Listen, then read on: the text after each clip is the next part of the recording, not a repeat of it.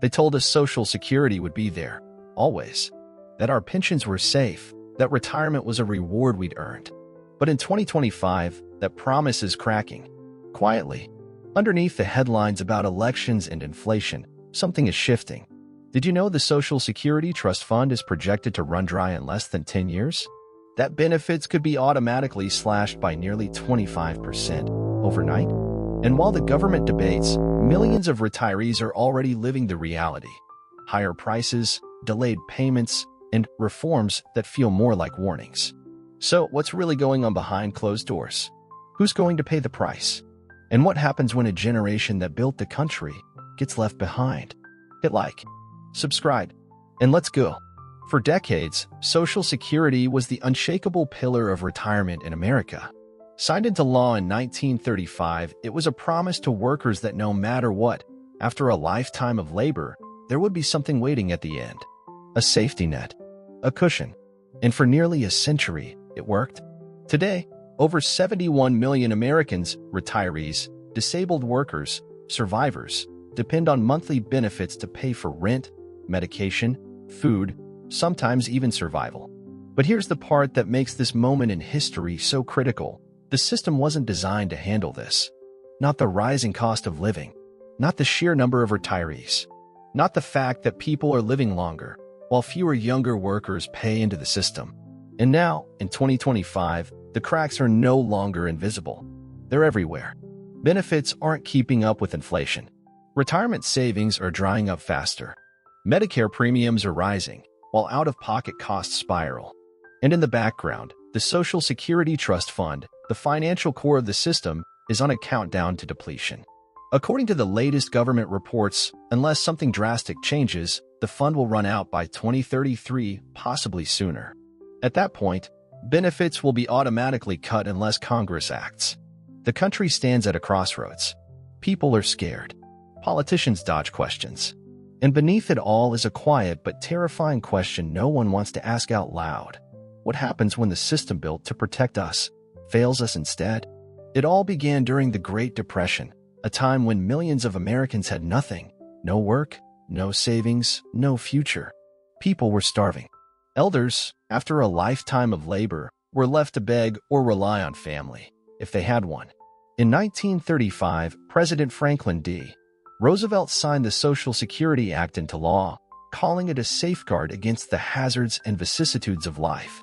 For the first time in U.S. history, the government promised direct support to aging citizens. A small payroll tax from every worker's check would go into a trust fund, money set aside for retirement. The system grew, expanded, and adapted through wars, recessions, even economic booms. And for generations, it worked. But here's the hidden truth. Social Security was built for a world that no longer exists. In 1940, when the first monthly benefit was paid out, the average life expectancy was just 61. Today, it's over 76.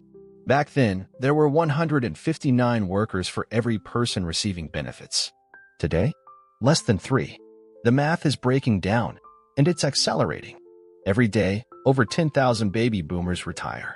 The trust fund, once strong, is now being drained to pay out more than it takes in. And still, Congress delays. The longer they wait, the more painful the fix becomes. What began as a lifeline for a desperate nation may soon become the trigger of a crisis.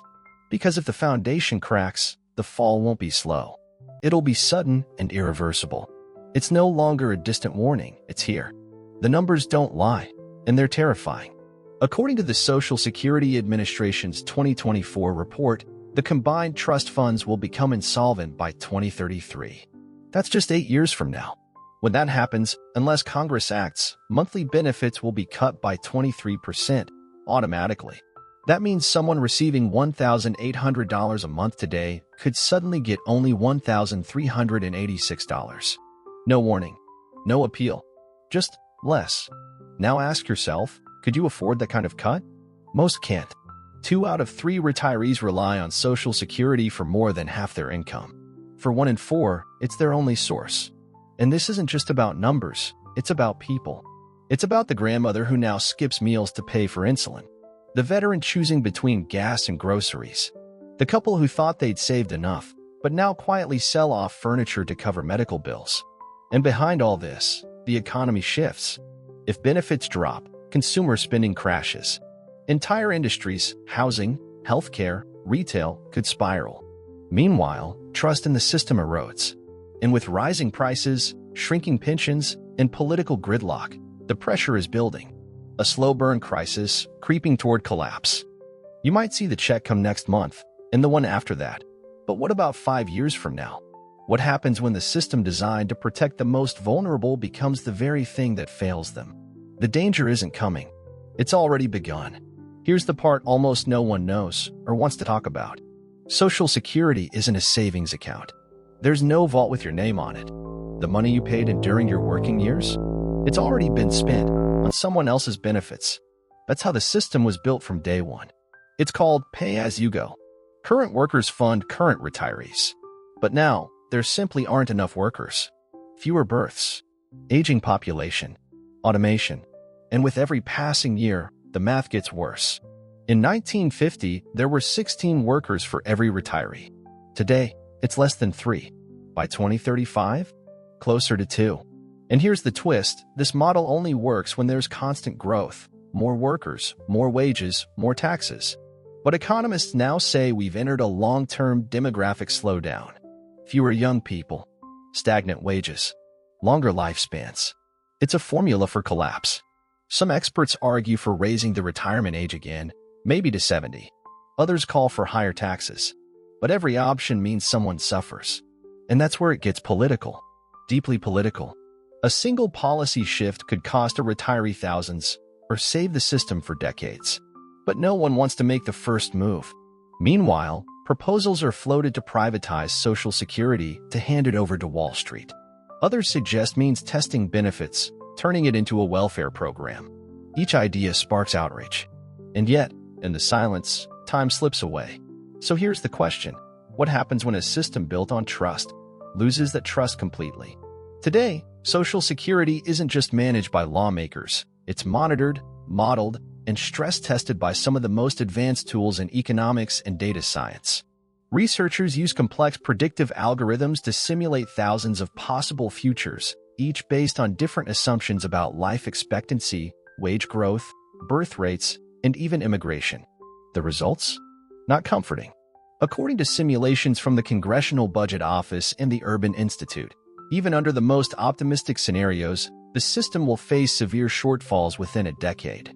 Some models show that without aggressive changes, benefit cuts could stretch across generations, affecting not just current retirees, but today's 30- and 40-year-olds, many of whom already doubt they'll ever receive a cent. On the technological side, artificial intelligence is now being used to forecast demographic shifts with stunning accuracy. Tools like dynamic microsimulation models can track how even a 0.5% change in workforce participation might alter funding by billions of dollars. Economists can test the impact of different policy decisions, raising the payroll tax cap, increasing retirement age, changing benefit formulas, all in a virtual environment. But even with this mountain of data, one truth remains: no model can fix political inaction. Technology can show us what's coming. It can even offer solutions. But it can't make hard decisions for us. And as researchers continue refining their tools, the numbers grow clearer and darker. We don't just have a funding crisis, we have a decision crisis. And the window to act is closing. Fast. Some believe the system can still be saved, tweaked, reformed, modernized. That all it takes is political courage. Raise the payroll tax cap. Adjust the cost of living formula. Encourage immigration to increase the workforce. Simple fixes on paper. But others warn it's too late for patches. That the system itself is outdated, a relic of a time when retirement lasted 10 years, not 30. They argue for a complete overhaul. Privatization. Personal accounts. Even dissolving Social Security as we know it. Radical? Maybe. But here's the real divide: trust. Many Americans no longer believe the government will be there when they need it most. And others believe it shouldn't be. One side sees Social Security as a sacred promise. The other, a burden dragging the country toward bankruptcy. And here's the haunting truth: both sides have a point. The system was built on optimism, on the idea that future generations would always be able and willing to support the past. But the world changed. People live longer, work less, earn differently. The math broke, and no one updated the equation. Now, progress has a shadow. Every solution has a cost. Raising taxes punishes the young. Cutting benefits punishes the old. Privatizing opens the door to risk. Means testing stigmatizes the poor. No path is painless. Every road leads through sacrifice. And the longer we wait, the more brutal that sacrifice becomes. What if this isn't just an economic crisis, but a moral one? What do we owe each other, really, when the system we trusted starts to collapse? When the system begins to falter, it doesn't happen in silence. It echoes across generations. Retirees, once promised stability, suddenly find themselves cutting back on essentials, not luxuries. Meals skipped. Medications halved. Family homes sold. The middle class begins to erode, and with it, the fabric of trust that once held society together. Younger generations, watching their parents and grandparents struggle, lose faith in long-term planning. Savings decline. Birth rates fall. The idea of retirement itself begins to vanish, replaced by the quiet dread of working until death. And the consequences stretch beyond individuals. Entire sectors of the economy, healthcare, real estate, consumer goods, start to feel the ripple effect of diminished spending. Local communities shrink. Towns die. Political polarization deepens as fear turns to blame, and blame becomes policy. Globally, America's image of stability, its soft power, its promise of security in old age cracks in front of the world. Countries that once modeled their systems after the U.S. begin to question everything. Economists call it a social tipping point, a moment when enough people lose confidence that the system, no matter how functional on paper, simply stops working. What we're facing now isn't just financial insolvency, it's emotional insolvency, a betrayal of trust, a breaking of the generational contract. The world watches. Some prepare their own reforms. Others panic. But one thing is clear. When a nation abandons its elders, it's not just a budget problem, it's a collapse of identity. And the damage doesn't end with numbers, it lingers in the silence left behind. At the core of this crisis is a choice, not just economic, but human. Do we evolve, or do we allow the system to collapse under the weight of our silence? Social Security was never just about money. It was about dignity, about the belief that after a lifetime of contribution, a person deserved peace. That a society is only as strong as how it treats its most vulnerable. But now, that belief is on trial. We stand at a crossroads, reform or retreat. We can reimagine what retirement means in a world that's older, more complex, more interconnected. We can create systems that adapt, flexible, fair, and built for longevity. Or we can wait, delay, deny. And in doing so, we risk not only financial disaster, but moral failure. Because in the end, this story isn't about numbers. It's about us. About the kind of country we want to be. One that protects its elders or abandons them. One that plans for the future or fears it. The path forward won't be easy. It will demand uncomfortable conversations, bold policy, shared sacrifice. But the alternative is unthinkable. We cannot afford to ignore the storm on the horizon simply because the sky above us still looks blue. The longer we wait to choose, the fewer choices we'll have left. And so we must ask, will we face the truth and rebuild what's broken or quietly let it all fall? Remember how this began? With a promise that if you worked hard, played by the rules, paid your dues, you'd be taken care of. That promise built lives. It built families. It built America.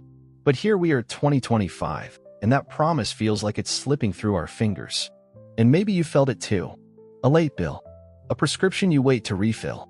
That creeping thought, what if it all runs out? I'm not here to scare you. I'm here because I'm scared too. Because this isn't a theory. It's not a movie. It's real. And it's happening in real time to real people. Maybe to someone you know. Maybe to you. The truth is, we can't wait for someone else to fix it. The longer we stay silent, the easier it becomes for those in power to ignore us. So I ask you, not just as a storyteller, but as a fellow citizen, what does retirement mean to you? What do you think we owe each other at the end of a lifetime? Share your story in the comments. Speak up, because silence is part of the problem. And maybe, just maybe, if enough of us start asking the right questions, someone will finally have the courage to answer. This isn't just a story about the system breaking. It's a story about what we do when it does. And here's the hardest truth of all. No one is coming to save us. But maybe, just maybe, we can still save each other.